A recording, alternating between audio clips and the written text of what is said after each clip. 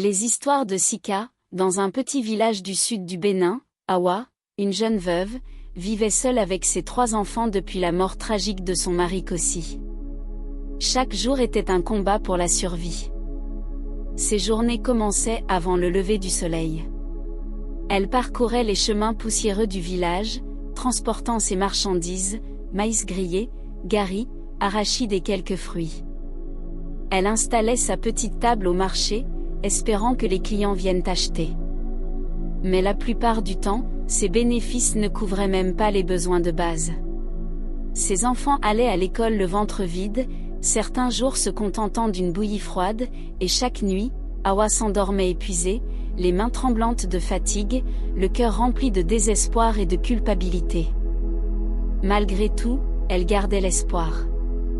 Elle parlait souvent à la tombe de Kossi, déposant des fleurs et murmurant « Kossi, si seulement tu pouvais voir ce que je traverse, si seulement tu étais là pour nous aider. » Mais le silence et le vide répondaient à ses supplications.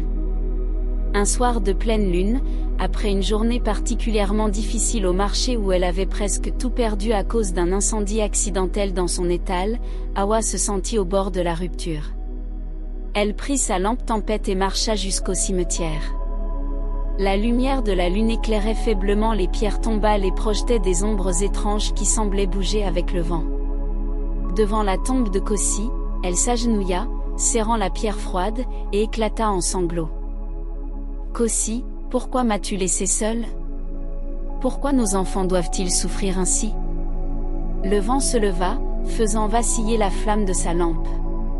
Les branches des arbres se mirent à grincer, produisant des sons semblables à des murmures. Puis, dans un souffle glacé, une silhouette apparut, Kossi, mais son visage était étrange, lumineux et surnaturel. « La Awa !»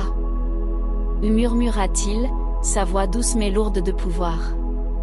Terrifiée, mais incapable de détourner le regard, elle entendit la proposition « Je peux t'aider.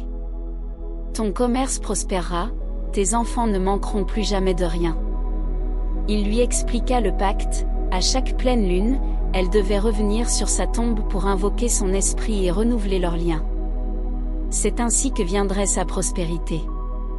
Accablée par le désespoir et l'amour qu'elle portait encore à son mari, Awa accepta. Les semaines suivantes, les changements furent incroyables. Ses affaires prospérèrent comme par magie, ses produits se vendaient avant même le milieu de la matinée, et des clients venaient de villages voisins pour acheter chez elle. Elle acheta une maison solide pour ses enfants, améliora leur alimentation et les inscrivit dans une bonne école. Mais le bonheur fut bientôt accompagné de peur et d'angoisse. À chaque pleine lune, lorsqu'elle revenait à la tombe, un froid glacial l'enveloppait. Des murmures, à peine audibles, s'échappaient de l'air, et elle sentait la présence invisible de Kossi autour d'elle. Parfois, des objets disparaissaient ou se déplaçaient mystérieusement à la maison, et ses enfants faisaient des cauchemars terrifiants. Puis vinrent les premières visions surnaturelles, des flammes apparaissaient autour de sa maison pendant la nuit, des figures mystérieuses se déplaçaient dans les champs, et des éclats lumineux révélaient la silhouette de Kossi dans ses pièces. Chaque pleine lune, Awa devait affronter ces manifestations et affirmer son courage. Sinon, sa prospérité s'inversait et des malheurs frappaient sa famille. Au fil des mois, le pacte commença à peser sur elle. Elle voyait Kossi apparaître dans ses rêves, parfois sévère, parfois triste, lui reprochant d'avoir peur ou douté. Les voix dans la maison se faisaient entendre même pendant la journée, des rires et des chuchotements qui n'étaient pas humains. Les enfants, terrifiés, refusèrent un temps de dormir seuls. Le commerce, bien que prospère, lui semblait maudit, et elle sentait que chaque bénéfice avait un prix élevé. Finalement, Awa tenta de rompre le pacte, espérant mettre fin à ce cauchemar. Elle ignora la pleine lune et resta chez elle, priant pour que Kossi disparaisse. Mais alors, tout se retourna contre elle, ses marchandises se gâtaient, des clients disparurent, et des ombres semblant vivantes rôdaient autour de la maison. Une nuit, Kossi apparut au pied de son lit, les yeux brillants et sévères. « Tu m'as trahi, Awa. Nous avions un accord. » Terrifiée, elle s'évanouit. Les anciens du village furent alertés, et Togbeawenon, un grand prêtre Vodun, fut convoqué. Après avoir entendu l'histoire d'Awa, il déclara « Ton âme est liée à celle d'un esprit qui refuse de partir. Si nous ne le libérons pas, il ne te lâchera jamais. » Commencèrent alors cette nuit de rituel. Chaque nuit, des tambours sacrés résonnaient dans tout le cimetière. Des offrandes de nourriture, de fruits et d'animaux étaient déposées pour apaiser l'esprit. Les chants et prières des prêtres Vodun emplissaient l'air, appelant les esprits protecteurs et invoquant les divinités pour calmer Kosi. Awa participait à chaque rituel, tremblante mais résolue. Elle devait affronter ses plus grandes peurs, visions d'ombres mouvantes, éclairs de lumière aveuglant, voix hurlant son nom. La dernière nuit, la lune brillait intensément, illuminant tout le cimetière. Le vent se leva et souleva la poussière, les tambours grondèrent comme un tonnerre.